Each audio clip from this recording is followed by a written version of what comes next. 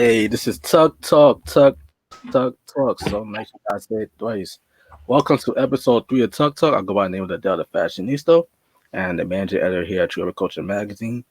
But first, before I go any further on that, if you're new here, please hit the like button, the subscribe button. Also hit the bell notification. That way you'll be notified anytime we post a video or go live. It really helps us out with the YouTube algorithm. And also, is this your first time here? You didn't have the opportunity to check out our previous two episodes. On those episodes, in episode one, we went over what's defined as cheating. In episode two, we also went over like overcoming racial stereotypes. Come most of us here are people of color, so we went into further details about like our backgrounds, our origin story. So if any of those topics interest you, then there'll be like a link to those videos up above, so you can check those out after you have the opportunity to check out this week's episode. So, and hopefully, after you view this episode, we encourage you to share it along with your friends, your social network. Encourage them to join the Tuck family and let them know about what we're doing here at the Tuck Podcast Network. But before we go into further details about this week's episode, I want to open up the floor to allow my panel to introduce themselves to the people. So let's start with you, Kenny. Tell everybody, introduce yourself to the people, and yeah, let's go from there. Hey, this is Kenny Santos. I go by the IG handle Gato Noir Magic. I primarily focus at least when it comes to writing for Tuck, it's a range of topics where it goes from economics to finance to politics to history. But my main page is basically dedicated to my yoga instruction, my recent struggles with the MBA program I was in, and tarot reading. So hit me up if you're interested in any of those. Pleasure. Awesome to have you, Kenny. Donovan. Yeah, well, my name is Donovan Wilkins. Just don't call me Donovan. I'm new to the panel to Talk, but everybody else, I'm regularly on Out of Bounds, the sports-based podcast. For Talk, I usually write for music, have my own column, and I do sports. Yes, sir. Yes, sir. And the Black Dawn, tell them what's going on. Hey, what's up, everyone? My name is Sean. For Tuck, I usually write in the arts field, so anything that has to do with like maybe entertainment, movies, TV, video games. I'm also part of the gaming channel. That's part of our network. So there I am.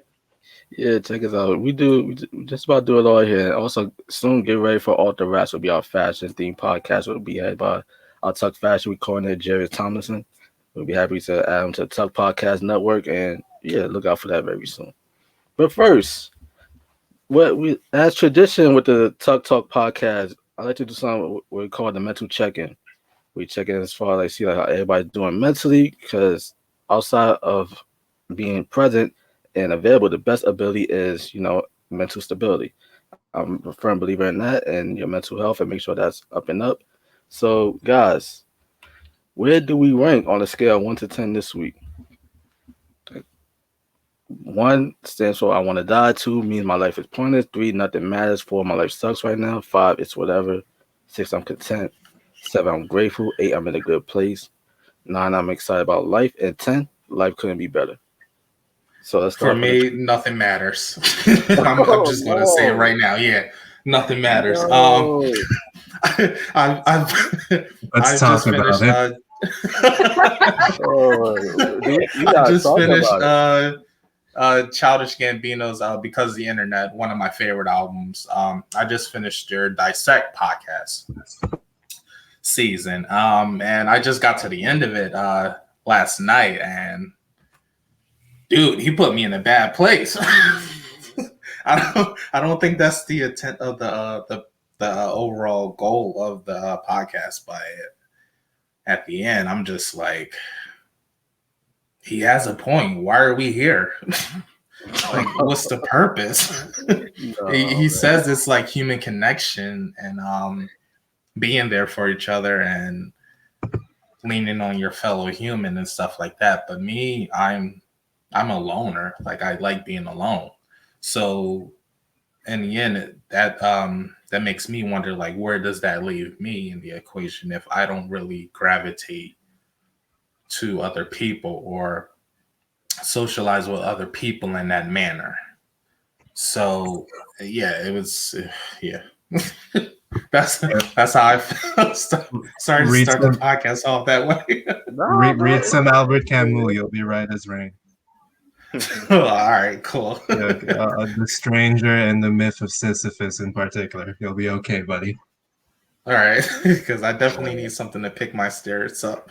Yeah. I don't know if it'll do that, but it'll put it in perspective. All right, that's Media, a start. the media that we consume on a daily basis plays a big part into our mood as well. I'm noticing. So obviously, like you just said initially, like you was not looking, to have that sense of emotions after you listen to it. So maybe find something that could possibly put you in a much better mood as well. And But also, I mean, and then again, I do go through this phase like at least once every 2 weeks because I love the album, I love the short film, and I love the screenplay that went along with it. So I think it's just one of my moods, and we just happen to record this podcast just so early, right after it. I'm still on the after effects and stuff like that, but yeah, I think it's not more so nothing matters. It's more so if we're living, like, what's the point of living if we're just gonna die? And I'm the type of dude who likes to see long-term things. Like if something's not long-term, I don't want to do it. And that's how I feel about like life sometimes. Like I don't want to participate in it because it's not something forever. Like I won't pick up a game unless I know it has a long progression system of RPG or something like that. That's why I don't play like the new Maddens or anything like that because another one comes out the next year. So it's like I don't know. It's really hard to put it like into words, but I don't know. I like to have security. I believe that's what it is. all right. So let me ask you this: do you believe in the afterlife? Because, like, No. all right, cool. Well, what I was about to say is like it helps like if a person that believes in the afterlife, because I know you said like life is pointless because like at the end of the day you're gonna die. But me as somebody that's like a firm, I consider myself be like a spiritual person. So I always say like great, I know I'm gonna die eventually. Like we all gonna leave this earth one day. But the reason why I try to live a good life is because I wanna, I believe in the afterlife, whether it's heaven or hell. So I want to do enough good deeds on this earth to get me to heaven. That's the way I look at life. I feel like life on earth is just a trial period. Which you could kind of also say like a game, so to speak. So like it's a trial period. You just try to level up. Make sure you have enough HP points, to reach like the next level.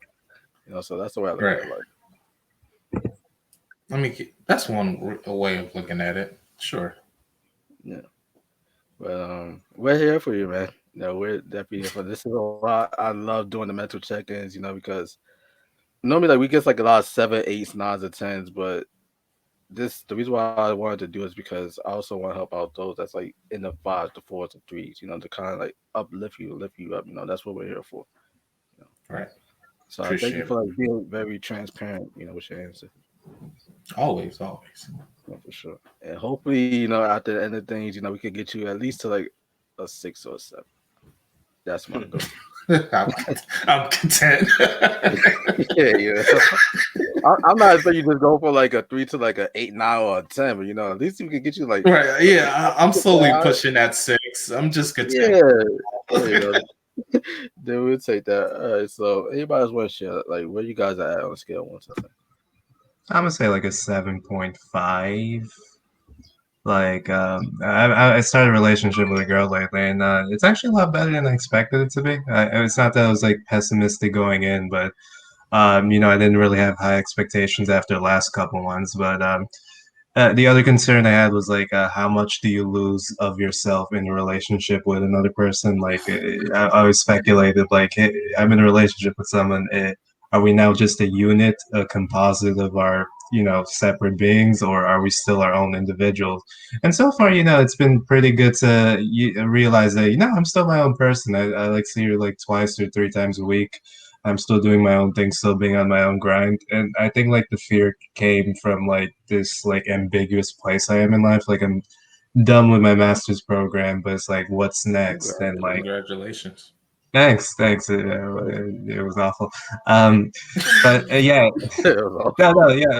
no, yeah. Everyone's like, go for a master's, blah blah blah, but no one gives a shit about how much education you have when like your experience could be lacking. Like the industry I want to go to is like financial crime investigation, which is like really fascinating. And like 2-3 years ago, people could get in with no experience needed.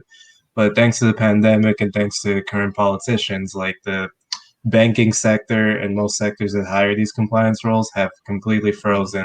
They're hiring mid-level people lost their jobs, so the mid-level people went to entry-level jobs, and now they're just like filled with people with like who have like 5 to 10 years of experience.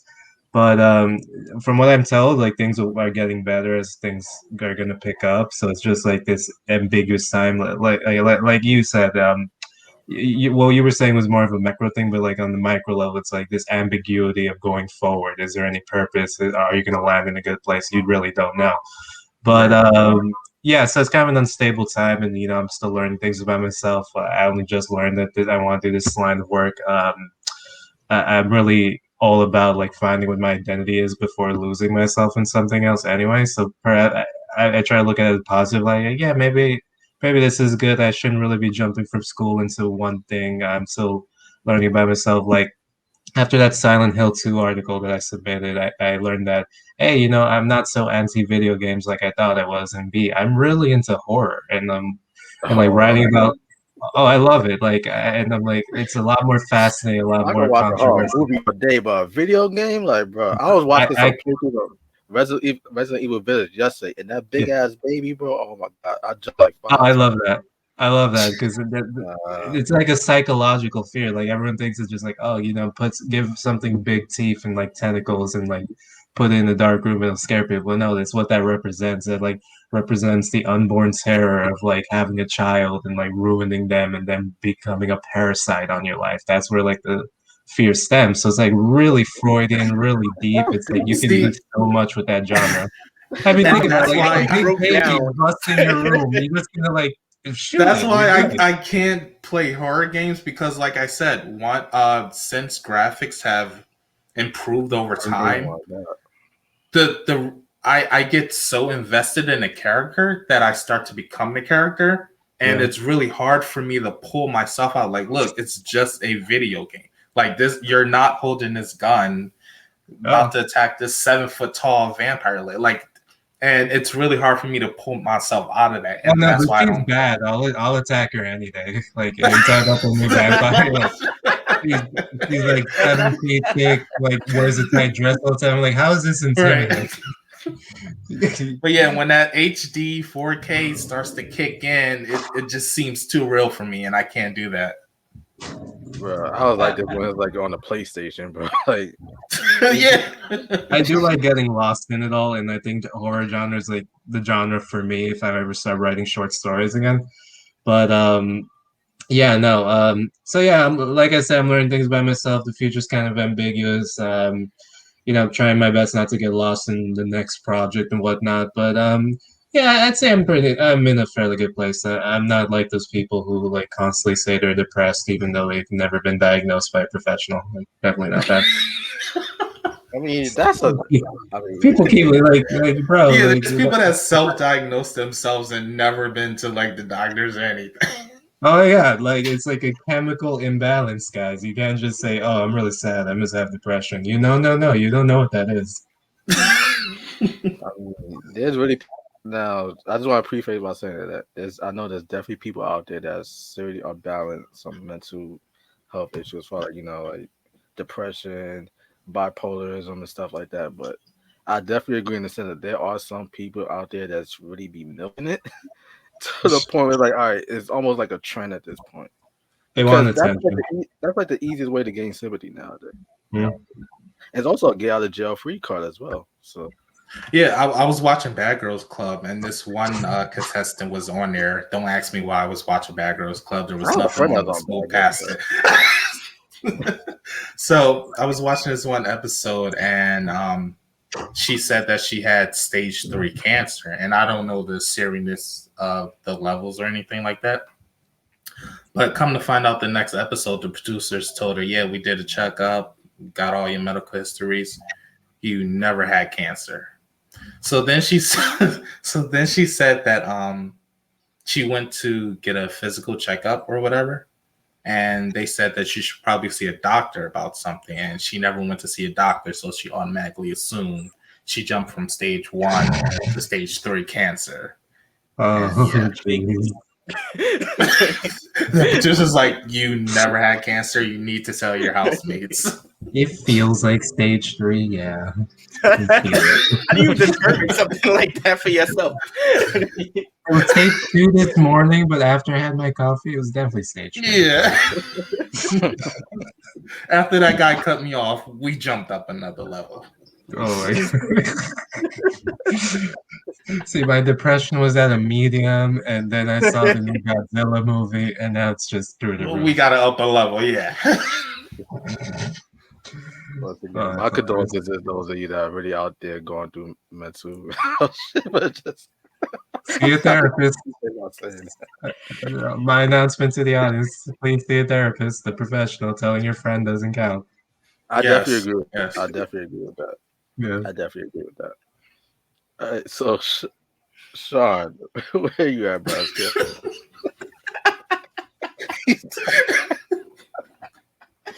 Hi. I want to say I'm sitting at maybe a good like 7.5, 8. Right now, I'm like, I guess mentally, I'm convinced that things are going to get better for myself. Like, I've been taking the steps to, I guess, help my own mental health. Like, I recently got a therapist for myself for the first time.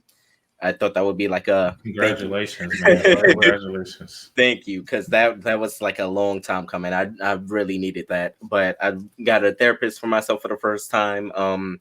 It's not small scale, but I've ordered like one of those like calendars that you could like dry erase board, so I can actually figure out how my week is gonna go and like my month and stuff like that.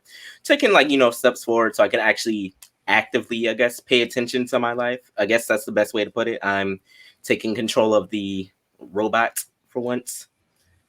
Absolutely. Explain that. Taking control of the robot.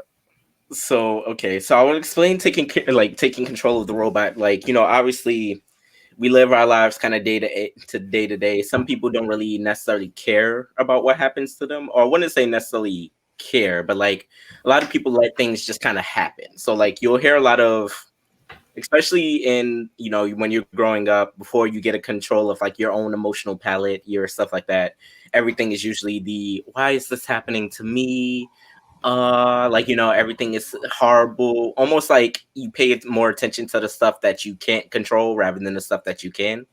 So in actively like kind of coming into your own senses of like trying to get a handle of your emotions, trying to get a handle of actually doing stuff that you want to do for once rather than what you think you should be doing or what you feel like everybody else wants you to do. Kind of like how Kenny said, like, we're like, the best way to explain it, I was also in that kind of like void feeling where it's just like, what do I do? What I want to do? Especially, having all of these different interests that I know I want to do, dabbling in like different things and just feeling like I needed some kind of like correction. But at the end of the day, I'm still, like Kitty said, we're all still learning about ourselves. I can admit to not knowing myself as much as I thought I did. So it's been a journey. I'm trying to get myself on the right page, again, entering the robot, doing the stuff, making it myself more aware of things that I might do or things that people might do that I actually don't like, and just trying to figure out things for myself. Great.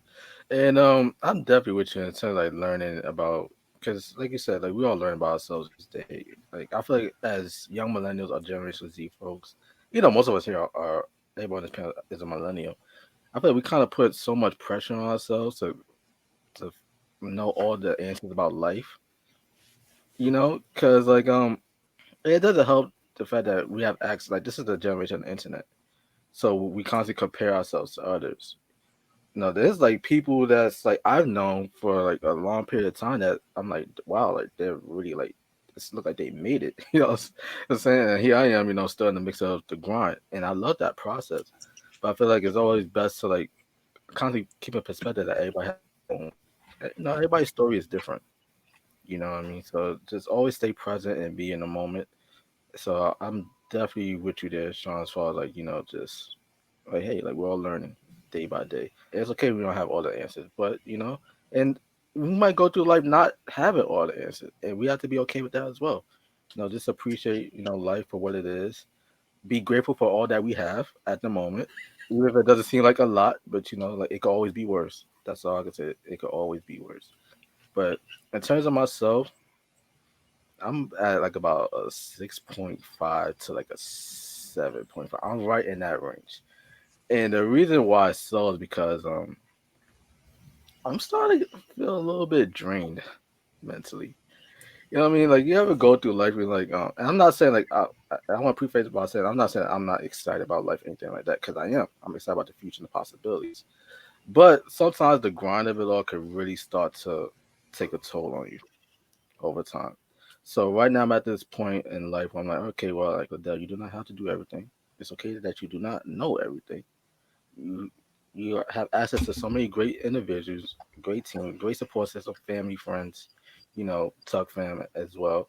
So it's okay, to just, not have to be in control of every single thing. So I'm in the process of learning that, and I feel like as soon as oh shit, as soon as I probably accept that, then I, I should be much better. But the first step was to admit to it. Now that I admit to it, now I just have to like go through the process of actually putting in the work to get out of that mental state. But the fact that I've acknowledged it, now I'm in it, is a plus in itself. Because before I was in denial. Ain't we all? Yeah. Yeah. All right. Well, let's lighten up the mood a little bit as I adjust my microphone here. I know it was bound. I was bound to drop my mic eventually because I remember in the game with Chad, you and Isaiah, y'all both dropped. So here I am on Tuck, so dropping my mic. So Better late than never. better late than never, right? And the motherfucker still don't want to stand up. All right, cool, we good. All right, so let's light up the mood. All right, Billboard. Billboard released a list of top 10 artists of the decade. Let's start. For those of you that's unfamiliar with the list, I don't want to spoil the list. But number 10 was Post Malone. Number 9 was Maroon 5. Number 8 was Katy Perry. Number 7 was Justin Bieber. Number 6 was Ed Sheeran. Number 5 was Adele. Number 4 was Rihanna. Number 3, Bruno Mars. Number 2, Taylor Swift. And who could take a guess as to who number 1 was without me mentioning it? Beyonce. Take a guess if y'all don't know already. But if y'all all know already, then all right, I might as well just say it. I guess it's Beyonce. Eminem. That's who I thought. Did somebody say Eminem? Yeah, that was a joke from another podcast. You got to go watch the other one and get it. Okay, yeah. You said artist of the decade. We're not talking about this decade, right? The one that we just started. No, this past 2010 to 20. I don't know if it's 2010 to 2019 or 2010 to 2020. Yeah, that's what I'm always confused about. Like, what decade are they talking about? Because I'm like, why is this list coming out now in 2021? Right. So I'm assuming. I would say 10 to 20, right? I believe. Yeah. I'm gonna say decade's 10 years, so it has to be.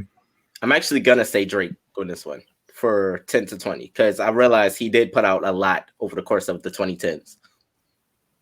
He did, but also at the same time, you have to ask us just because is quantity should having like a lot of quantity instead of like putting out a lot of mixtapes or albums.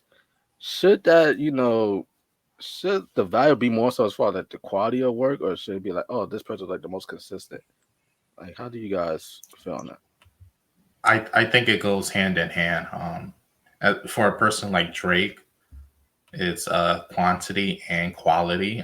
He's put out a lot of work. I mean, he's in damn near every single song in the last decade. But he's also been charting with those songs. Like he's been on his grind. Like every song he makes is a pop. Like it's on the charts. And either goes viral or everybody knows the song. But we all know why these songs go viral, though. Yeah, I was about to say, like, for me, it's straight. It's straight. It has to be quality because, like, when it comes to like when you're basing it on off the fact that it's like on the top of charts, you have to remember that's just his like executive team bribing the right people to get Yeah, his music out there. He that has is a great true. PR team. He has a great marketing team. Like everything we listen to that's considered good is like the baby of a bunch of back alley deals with a bunch of DJs and radio stations and what have you. I don't know what in the Yeah, modern day how it purchases. works with Yep. Spotify. Yeah, with like Spotify, like, oh, let's have some acoustic session, blah blah blah. Your music is trash. You just paid for it to be out there. Like, let's be honest. Like that's how it works in today's world. Like good music is not on Billboard's list. I mean, Maroon 5. Right. Are you kidding me? I was shocked. Nah, I like Maroon 5. Come on, man. They're like a funky disco beat, but I'm not They gonna like. haven't been I'm hot not the since epitome of music culture. Like, are you 2005. kidding? I Like if fuck with aliens Maroon 5 more than I do invaded, Eminem. if aliens invaded the Earth, I'm not gonna be like, yo, try this Maroon 5 CD. You'll change your mind. Like I'm gonna Right. do that. My man said CD. But I don't know. I'm CD, thinking like, They probably here's still use CDs. here's my You still buy Spotify CDs? password, aliens. You can just go crazy. Right.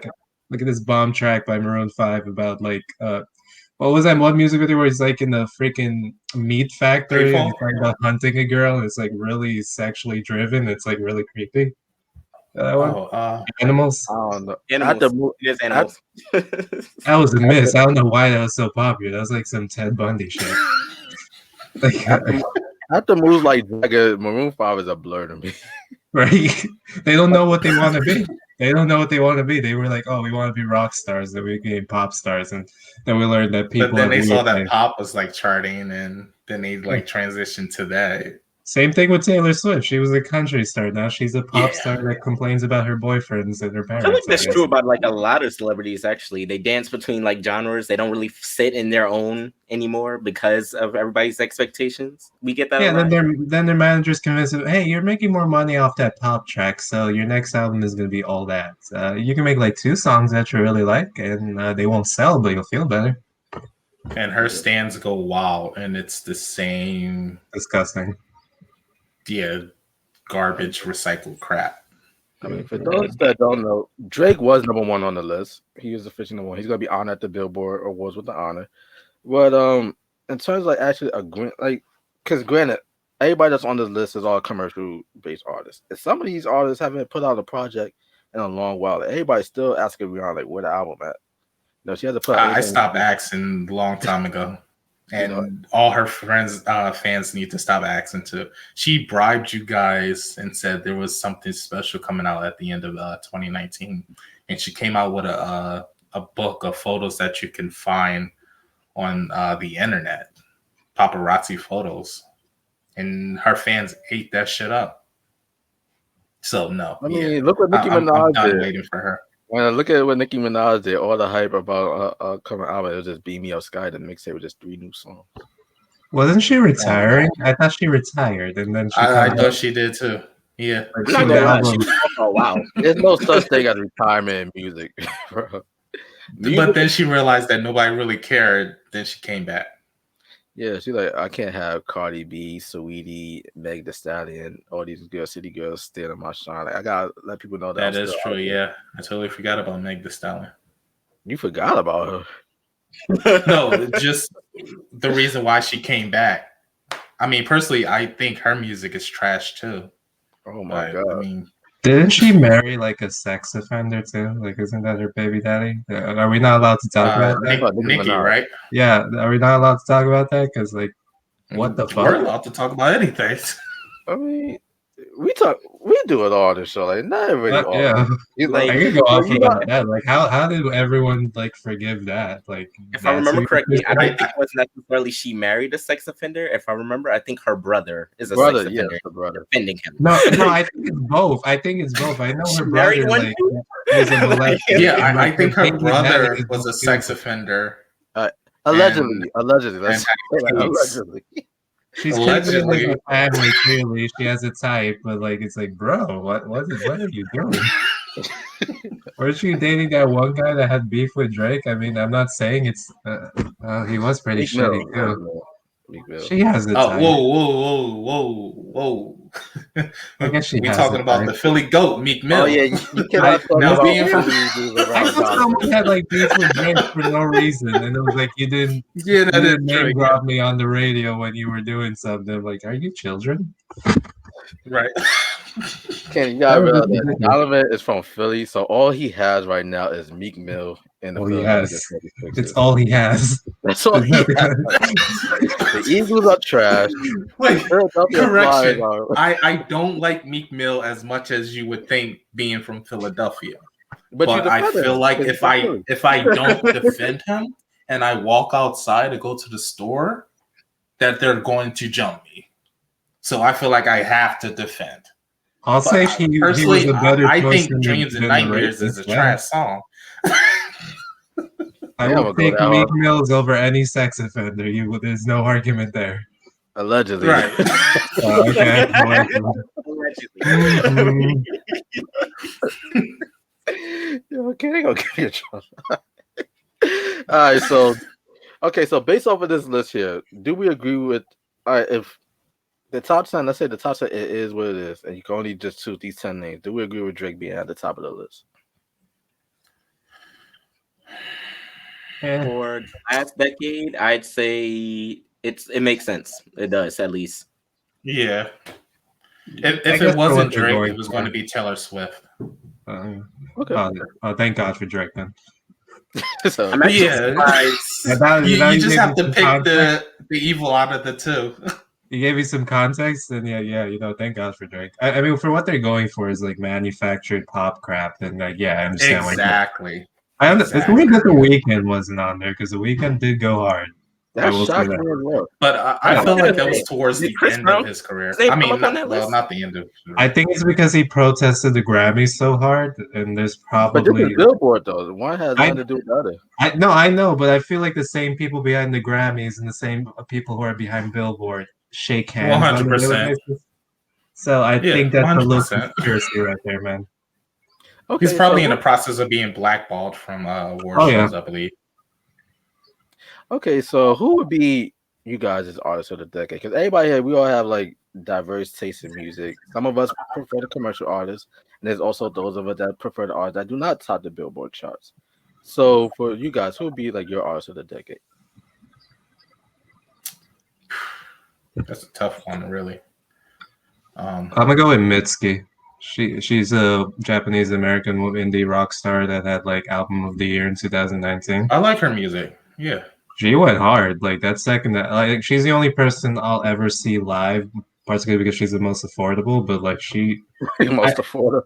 Yeah.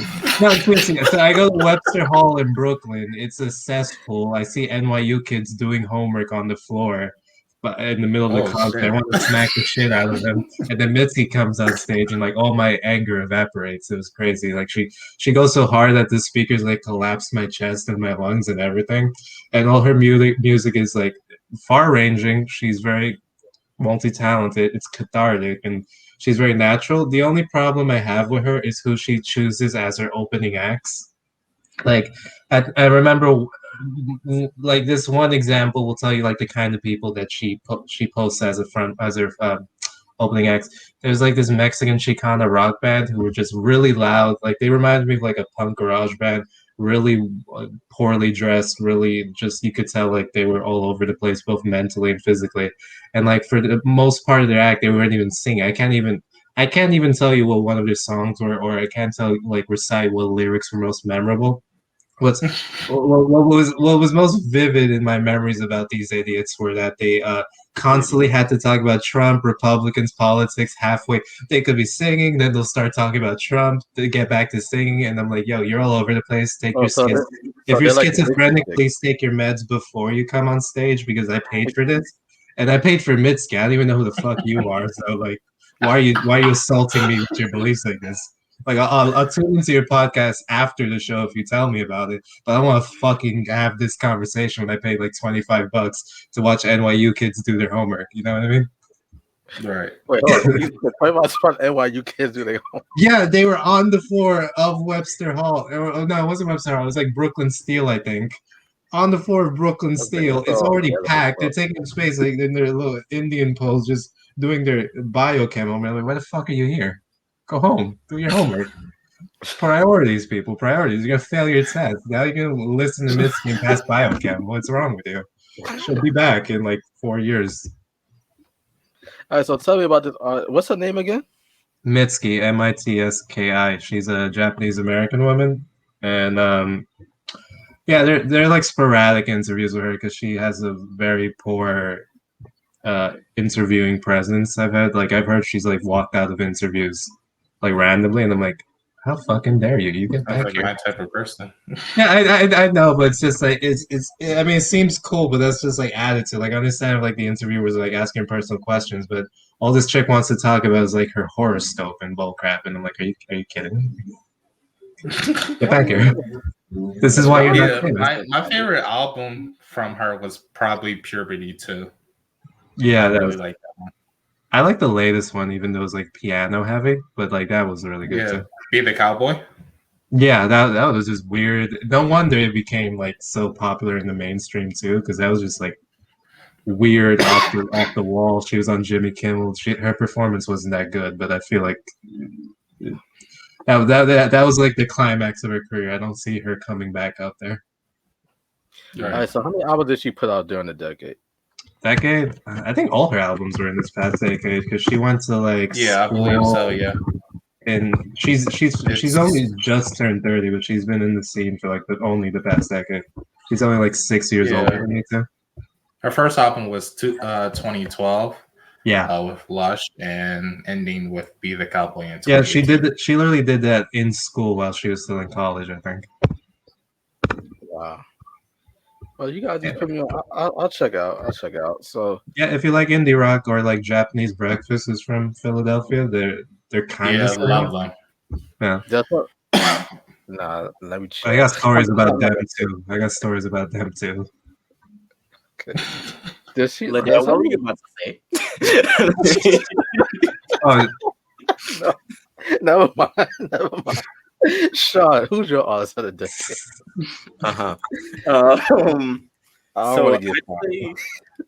I'd say I honestly can't really choose an artist for the decade. I guess so I'd sound generic and say I guess Drake would be my artist for the decade because I'd have listened to him a majority of the past decade.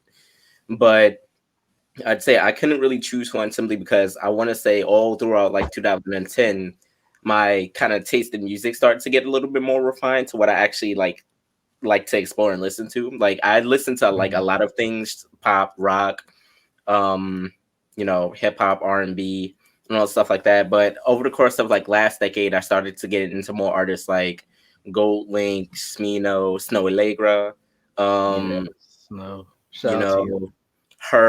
her started to come out. So I'd say her would probably be my artist of the decade actually. Because I actually got heavy into her. That sounds funny, but I got heavy into HER over the course of last decade. So I'll say I couldn't really be the one to choose for this one because I started listening to a lot of more people last decade rather than focusing on one person. Okay. Now, Donnie, who's yours? Please don't say Eminem. No, it's not Eminem. It was an inside joke. And once again, to fully understand the context, you have to go check out Out of Bounds. Yeah, check out episode 3. I'll put links to that. Yeah, there we go. Just a little plug for you guys. I'm going to piggyback off what Sean said. And yeah, my music taste is all over the place. Like it's crazy. It goes from folk to metal to Christian rock to country, which I recently got into. If I know the person that I want to say, but I know it's right on the borderline of Taylor Swift and Drake and just being like a sort of on that line of like the Machine product. Okay. But Lana Del Rey. I really love her music. Wait, what's that face? She did go hard. I'll admit that she went hard. I mean, she's an airhead, but she went hard. She's an airhead. Right, yeah. Some of the some of the statements that she make and just. I'm sorry, I just can't. I can't take her seriously with certain lyrics. I remember. You can tell when she wrote the lyrics. You can tell when she wrote them, and it wasn't a team of writers. When she wrote them, you're like, "What the fuck?" Cola is one of my favorite. There we go. Yeah. That line. That was all her. That was all her. I know exactly what you're talking about, Sean. I was just like, oh, all right. Like, that's where we're going. I don't like Pepsi Cola like that. She crossed the T's, dotted the I's. That was all her. I don't think anyone else worked on that one. You can tell. Right, exactly. But I think she really hit it out the park with Paradise and the Born to Die albums. She kind of fell off during Honeymoon, I believe. But Lust for Life. She tried to go for like a more hip hop sounding pop with A$AP Rocky, her then maybe boyfriend. He's with Rihanna. I think she had like a steady, A$AP's with Rihanna, allegedly. I mean, Lana Del Rey has confirmed that she had sex with multiple record executives and artists. She basically claimed herself to be. She's the industry. You can choose your. It's because of the Pepsi Cola. Yeah. She's confirmed that. She got that Pepsi. But I think she's has a really impactful decade, especially on the. I don't want to say indie scene because she's not indie at all. Mm-hmm. And I hate that people categorize her as alternative, leaning towards a little bit of folk Americana. She's been like a leading pioneer in that field for the decade. It's interesting because when she came out, I think Lady Gaga was like coming down from her high in the early 2000s. And they kept calling Lana like the anti-Lady Gaga, and I could see that 100%. Like she wasn't trying to be avant-garde, and her lyrics weren't. Her lyrics were straightforward, and she like had this. Her whole career is like based off of like this 1950s Americana that may or may not have existed, but it definitely in her head.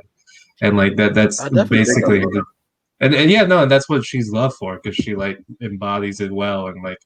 Isn't a raging racist allegedly, but other than that, she's very 1950s housewife. I see that. Right. I learned to separate the art from the artist. For me, I'm not gonna waste too much time. I'm gonna say for me, it's Kanye West. That's my artist of the decade. I knew you were gonna say that. I was like, when is Kanye? That was gonna be my second choice. Can I change my choice? Actually, I think it was Kanye because he ran for president, and yeah. That was hilarious. I should have voted for him. Fuck it. I'm gonna say I voted for Kanye.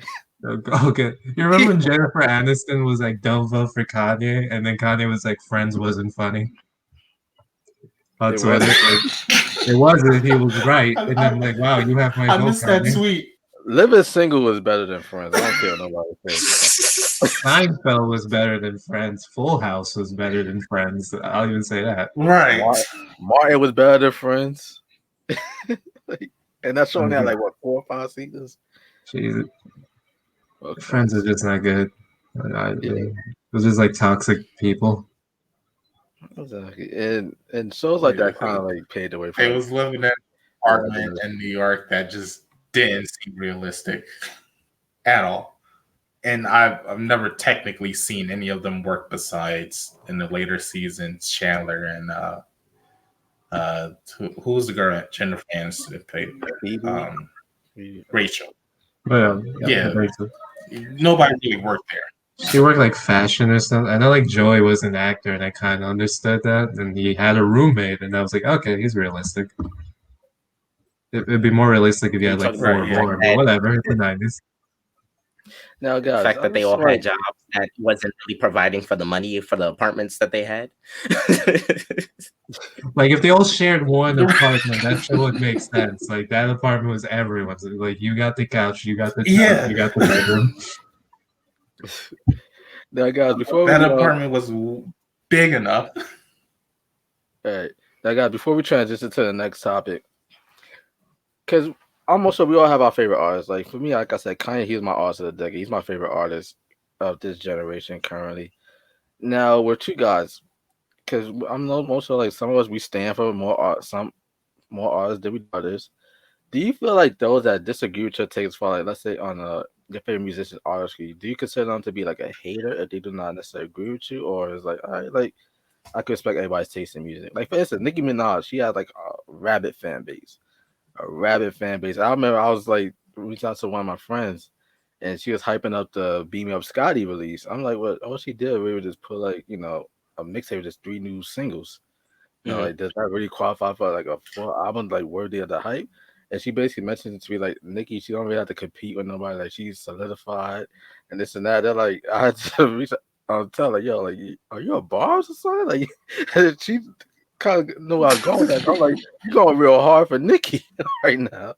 So, like, with you guys, like, do you feel like if somebody do not agree with you, like your opinions for like on a musician or anything in general, do you consider that person to be like a hater, or can you just like respect that people have differences of opinion? I mean, that's fine. I wouldn't just because I like someone else doesn't like them doesn't mean I'm gonna defend that artist. Like that artist doesn't even know I exist. Why would I defend them? I like their music. Right, exactly. Everyone call Mitski an asshole. Let's all take turns calling Mitski an asshole. I don't know if she deserves it, but I don't care. I'm gonna defend her. Cause I remember one time with Kanye West when he had that whole when everybody make a big thing about the whole slavery was a choice thing. And I felt compelled to defend him a little bit, not so much as like a stand person, but somebody like thinks like on a 3-dimensional level. And I kind of understood what he meant by it. Everybody like, oh my god, like we got cancel Kanye. So that's like the only level of history that I went as far like defending an art, but I didn't defend their artistry, so to speak. I just defended their way of thinking because I understood what that person meant. Yeah, I'm anti-cancel culture, so I'm with you there. Most definitely, I'm saying with you. I think the only definition for hating that I would damn, what a teaser. He was about to say something so controversial, and the Illuminati just X'd him out. Liddell, this is worse than when you froze. Yeah. Find out on the next episode of Dragon Ball Z. Come on, man. We didn't even get any women on this podcast. Now we're losing the boys. Oh my god. He's coming back.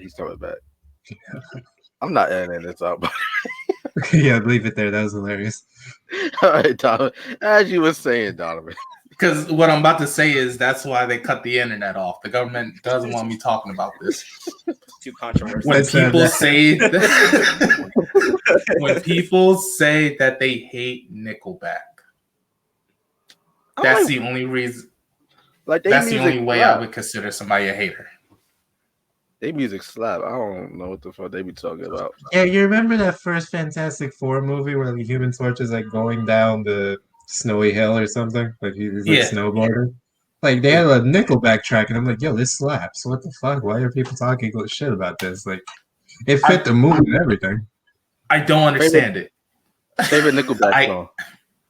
My favorite Nickelback song is I want to say the obvious Photograph, but damn, I can't think of the name. Damn, I can't think of the name. Yeah, give me a second. For me, it's How You. But I always forget the name. That and Burn It to the Ground. It's the tie between those two. I like Sex Queen. That's a favorite of mine. Far Away. That's the name. Far Away. Okay.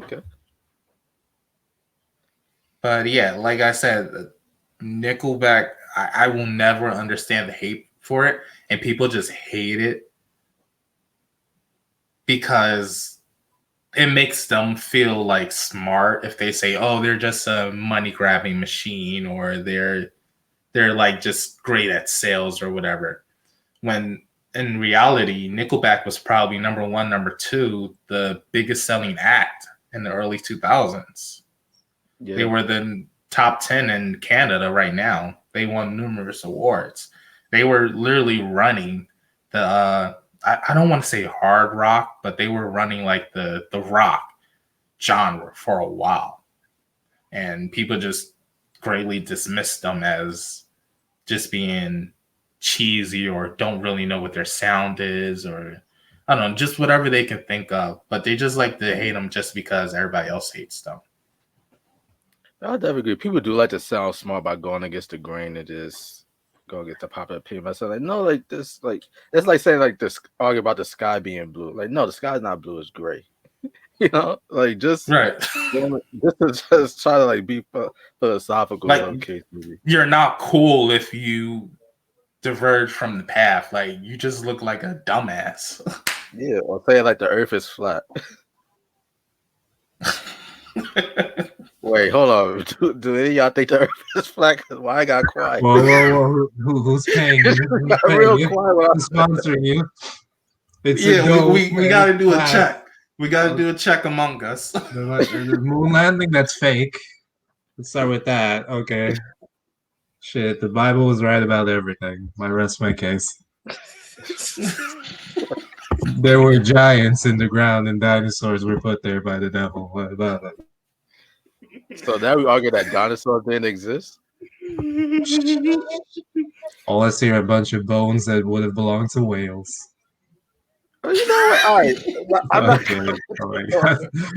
I love conspiracy theories, but I cannot back those up. I don't know enough about them. But the flat Earth theory thing fascinates me. Okay, all right, cool. Hyperborea, what the hell? Because I've heard everything from the Earth is a triangle to it's on the back of a turtle. What the hell is that triangle? It's turtle all the way down. Oh, Franklin? Bro, like I heard it like I love sits on 4 pillars awards and all that, but like I will not go that much deeper. I won't go much deeper than like Hillary Clinton is a lizard person. That's as far as I go. So she's Reptile from Mortal Kombat, basically. Right. You remember when they considered Avril Lavigne to be a clone or something like that, or she like died and she was replaced with a double or something like that? Do you guys believe that? She certainly wishes she were. I believe she wishes that were the case. I wish that were the case, but no, it's all her. Damn, Kenny just come for everybody's next. I mean, she is married to Chad Kroeger, lead singer of Nickelback. Last time I checked, so that explains a lot. I thought they got divorced. Did they get divorced? Probably, I think so. That was the beginning of the end for her. Was it because of the cloning?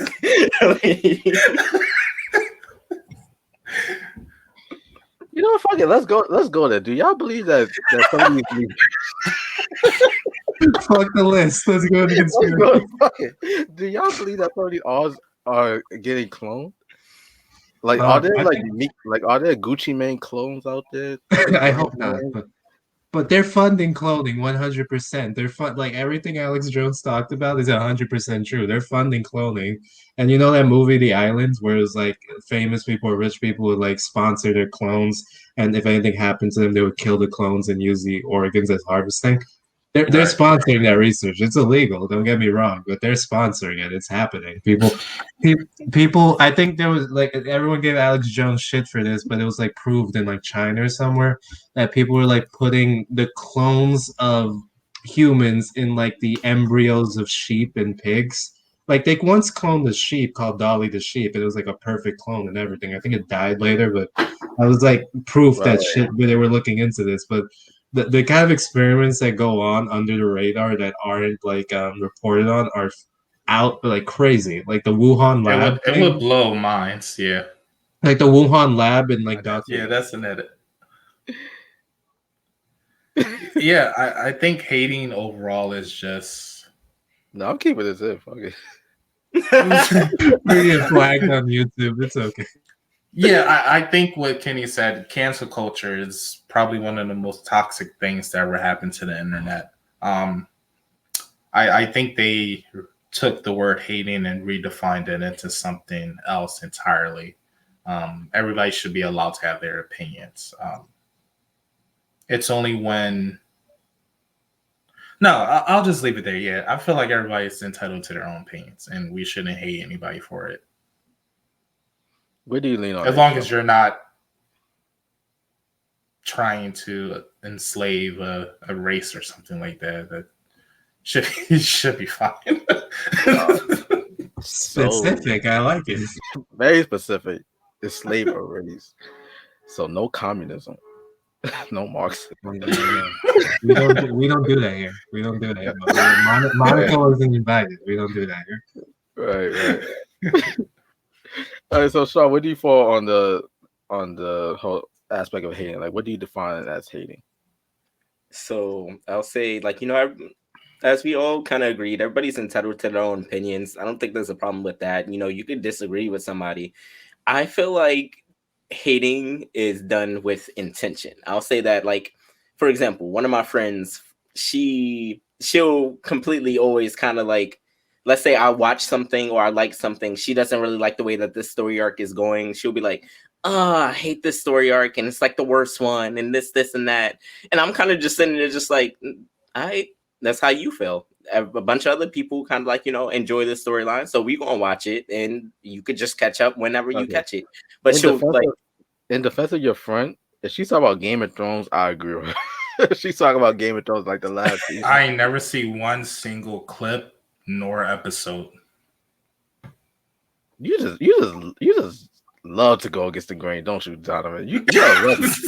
I will consider hating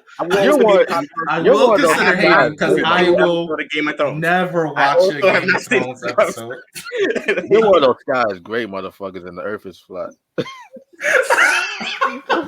You're one of those. Like, how do you go basically a whole decade without curious to check out Game of Thrones? I ain't really start checking it out till like about the 6th season. Because I keep the shit on my time, man. What you said is kind of true about me. It's if a lot of people are like watching a show, I won't watch it until later, until it's like well past its prime or something like that. I've never seen True Blood. I've never seen Breaking Bad, Game of Thrones, Arrested Development. I've never seen The Sopranos, The Godfather, Good Will Hunting, like all those classics that I'm supposed to be like watching because I'm a film enthusiast or a film journalist or I want to move into film. I've never seen them just because they're so popular. That's just me. Like, I like to watch indies and smaller films that don't get a ton of attention. So I guess you can consider me hating. If somebody asks me, hey, did you see Game of Thrones? And I will probably say, no, I have not seen a single episode of Game of Thrones. Well, I can't say that. I will consider myself a hater. It's good that you define yourself as a hater. So I don't have to. But I wouldn't say define you as a hater. I would say that you're just the type of person that's like, all right, like if it's popular, I'm not fucking with it. Yeah, I'm just like a not. I mean, but I do watch MC. You're like the type of person that if everybody buy like a PS5 or Xbox Series X, you're like, no, fuck it, I'm gonna go give me a Sega Dreamcast. Because why play that? Like the last Sega Saturn in existence, right? Or like Sonic on it. One that or was like everybody, right? Or like everybody got a Netflix account. I'm gonna go sign up for Tubu or Quibi. I do have Hulu because everybody else has Netflix. Like, that's who you are. Like, it's cool. It's cool that you never saw Game of Thrones or Breaking Bad, but you watched every single game of the Philadelphia 76ers, even when they lose. Like, yeah, what you mean? I can finish either of those theories in your defense. I could finish Breaking Bad. I could finish Game of Thrones. last season Game of Thrones is trash. Breaking Bad by the second season, I'm like, I mean, in my defense, I did watch like 3 episodes in of Breaking Bad. I think I got to the part where he was transitioning, losing his money, or he was becoming a drug dealer from a chemistry teacher or something like. I got like 3 episodes in, and I just couldn't follow. And yeah, I mean, plot's kind of Breaking Bad. I mean, yeah, Game of Thrones. I personally will never watch. I just don't. That whole side of things don't interest me. Also, Lord of the Rings, it just doesn't interest me, and I put those in the same categories as Game of Thrones. You know, like the long books, like huge like books, fantasy. You're not into fantasy. Yeah. I like never The seen Witcher, a Star Wars. Yeah, I mean, it just, I don't know, it just doesn't interest me. Or everybody freezing? Is everyone freezing? It's just you. It's just like you dropped out for a bit. I want to say it's just you. A good second ago, you were just kind of like smiling on the screen for like a good 5 minutes, and I was just sitting there like, "Wow, did he get really good at like the photo challenge?"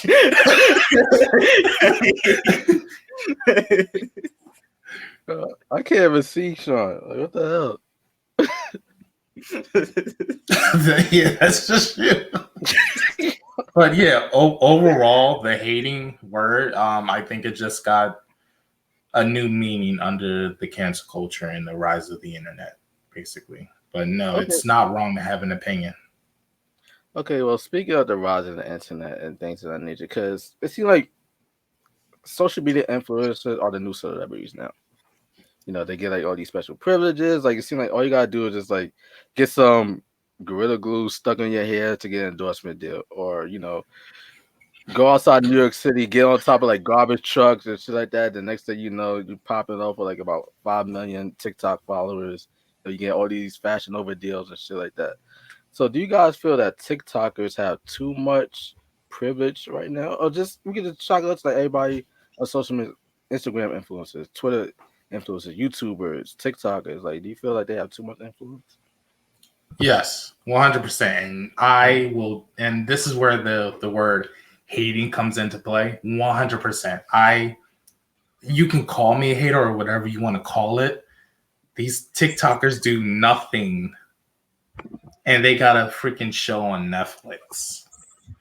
Like Addison Rae does the same shit that all these other girls do on TikTok, but she's the only one just getting clout or whatever. Yeah, I mean, they're just a bunch of attention whores with no real marketable skills or, you know, relevance in their lives that found meaning through the likes and views that we give them. And, you know, TikTok isn't a new thing. I mean, I remember Vine. Everyone remembers Vine. Like, you could become a Vine star. A lot of them were really funny, but you notice how, like, the most famous people like Lele Pons or whatever, like, they weren't funny, but they were like very good looking, and everything she produces is complete trash. And like, she's basically went to Instagram. I think she's on TikTok now too.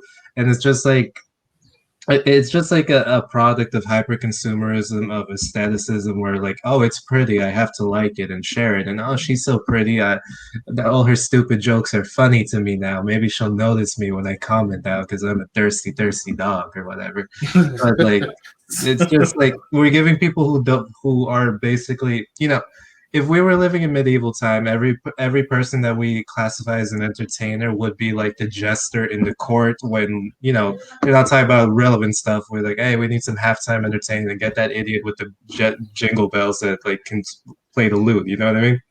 Like, that is what they're the equivalent to. Yeah, we're giving these idiots millions of dollars and more attention than we are, like, you know, people who are actually progressing human civilization in any meaningful way. Right. Yeah. I get you, but I think that to say that they don't have no talent, because it's not easy to go viral on the internet. It's really not.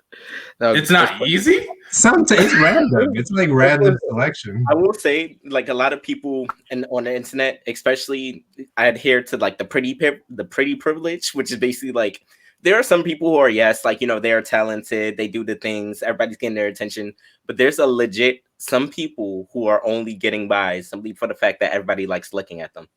And it's true. Like they rise through social media. That's why I feel like, influencing is like a back and forth, because, there are some people that, they do put out like quality work and everything, and you do want to follow them. And like, maybe they're artists, maybe they write, maybe they sing. But then there are legit some people that will do maybe the same brand of humor as Kevin Hart, and they're just getting by at the fact that they look nice. Like, I remember there was a time in TikTok where the only thing that was on your For You page was just these white frat looking white guys, and all they did was just smile or lick their lips, and they were just going viral. What's his name? Logan Paul. They just stole his hat at a the Paul brothers. Bro, how you know this? The Paul brothers. We just covered this all. Well, not Bryce Hall. Oh, I don't know. He's one of the dudes that's in the reality series with that Hype House or TikTok House or whatever you want to call it. I know. But yeah, he was one of the. Yeah, he would just lick his lips and look at the camera, and he's getting like 5 million views. Sex. And yeah, it's just I don't know. It's not clear, but hey, it's what it is. It's the public school education, just shitting out sheep that will just press like on the prettiest image. Let's just be honest. It's low level impulses. And there was a story a couple of weeks back where he and his group of friends like lashed out at paparazzi when they was at. I'm not sure if you guys know what Saddle Ranch is, but it's this popular restaurant in LA, and everybody goes there. And when you go there, you already know you're going to see a celebrity or a TikToker, and know there's going to be paparazzi. You don't go there for anything else. You go there if you want to be seen. So they were like lashing out at these paparazzis, like, hey, like, we're trying to eat, like, we're just trying to have a nice night out or whatever, stuff like that. But I'm like, but you're at Saddle Ranch. Everybody knows that's like the tourist attraction when you come to LA and stuff like that. Controversy brings them views, and then they can make a video about it. Right, yeah. And it's just, I fucking hate TikTokers. But there are some that are like really good and talented and stuff like that. Like, I mean, Charlie D'Amelio. I know she used to do like gymnastics and she can dance and stuff like that. But I'll give it to him because I have respect for the TikTokers because for one, it cuts out the middlemen. The middlemen be like big time people in Hollywood, so you could basically just get put on from the comfort of your home. Whether like you're in New York, Canada, Florida, Kentucky, Idaho, you have a cell phone, stay with internet, you entertaining, boom, you're on the map. So I can appreciate for can't that. Argue with that. Yeah, I can also appreciate the fact that it's not easy to go viral on the internet. It's really not. Now, granted, like you could question their tactics because they're doing like a lot of like dumb shit. Like I guess you could say like set civilization back, in a sense, like it's dumbing us down. But at the end of the day, like if it makes money, it makes money. So you don't have to like it, but you have to respect that. Hey, it is what it is. The time that we're living in. We could either get with it or get left behind. So. Yeah, I mean, the only problem. Yeah, the only problem I have is with Bella Approach, the girl that does that M to the B. She recently released her song "Build a Bitch," and she was just signed to Warner Music Group, a major record label company, and that's I have to say, but fuck Warner Music Group because they keep constantly taking down our Instagram videos. Every time we try to promote y'all artists, y'all taking down our IG videos. But that's the time. Oh, they taking our videos? Yeah, every time I feel like a problem. MG artist, they keep taking down the videos. But I just want to get that out the way. Fuck them. Sponsored by Warner Music Group. Drink chloride and Gatorade, everyone. Listen to Taylor Swift. Ubisoft is the best gaming company. I already told you. I'm gonna keep saying we're sponsored by something until somebody pick us up. Right. But yeah, that's where that's where that privilege comes into play. Because I know there's a lot of talented musicians out there who would love like that record label deal, and she only got it. I mean, I don't know what her background in music is per se. She sang in the Navy. She sang in the Navy. Yeah, she was in the Navy, and I think she was like a performer. Like the Navy has all kinds. The military has all kinds of jobs. Like you're just a soldier, a sailor. Like you could be part of like the music group, and I think she was like a singer, and they would like go on concerts and perform for troops or something. Oh, and like the USO. Yeah, I guess. I don't know how it works. I don't care. What are we now you got to think about her service, man. My taxes go to such stupid shit. Service? Oh yeah. The Navy doesn't do I don't much. want to say something that gets us kicked off the platform. So I'm gonna skip over that. So I'm gonna skip over that puddle and get back to my original statement. Yeah. Service. She ain't never seen combat a day in her life. But yeah, it's just that privilege that comes with like being white and successful on the platform. I think she's Filipina. I think she's Filipina. Is she? Yeah. Then my correction. I'm sorry. She don't look cultural enough for Donovan. Yeah, I think it's just like a heated topic for me. Mainly this great one. Because I really don't have a problem with TikTokers, but the fact that she just got this record label when I know there's like way more deserving people, it just shows like that TikToker. You basically feel like she didn't. You basically feel like she didn't get out the mud. Okay, right. Not really. I mean, if we can look at her Spotify, I'm pretty sure only one song or two songs come up. Okay, but how you know she didn't get one? But I'm pretty sure it's just like an Ariana Grande clone. Yeah, and she's another artist I don't like.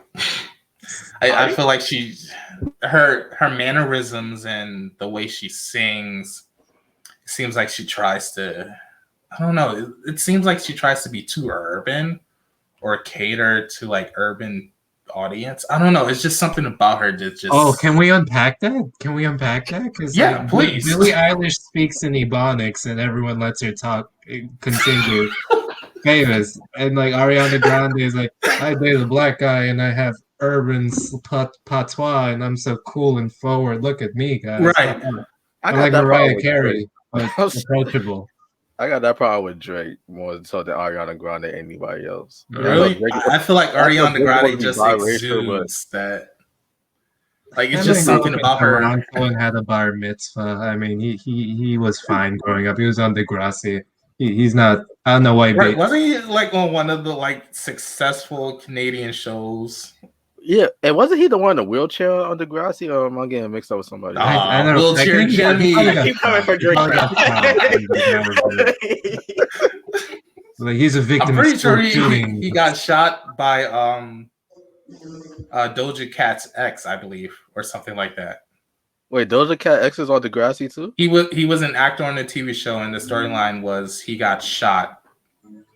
And I'm pretty sure the guy who played the shooter was Doja Cat's ex or something like that. Doja Cat really went. Pretty sure I've seen it on TikTok. I'm not going to take TikTok as a relative news source. Why is Degrassi a relevant television show? I have not watched 1 second of that show. I can't bear it. Nah, that used to be my show, man. That was like the teenage version of 90210. Just in Canada. That's what it was. I went to that show. Y'all could follow me on Instagram at the Delta Fashionista. And yeah, it's just I just go. Here, got the Noir magic. You guys can find me at Donnie on Instagram, and also read the latest article I wrote for Under the Radar about an up and coming rapper, Euro Gotti. Yeah. You Mr. guys Black can follow Dawn. me. You guys can follow me on all social media platforms under Black Dawn right there. And you can find my website at blackdawnarts.com. Yeah. And for those of y'all that do not know why we're laughing, we just love to have fun on this show. And that's just about it. But we hope that you For enjoyed legal this. purposes, anything said in here was not true. Stop hating. I don't know what you guys are talking about, man. We love all people. We love all people, and we hope that you enjoy our shows. Check out the Tuck Podcast Network. Tell a friend. Remember to like, share, subscribe. Hit that bell to get notifications for all future videos, and you can also listen to us on Spotify, Google Podcasts, iHeartRadio. And before I say anything else that might get me in trouble, I'm just gonna get up out of here. We catch y'all next week. Bye.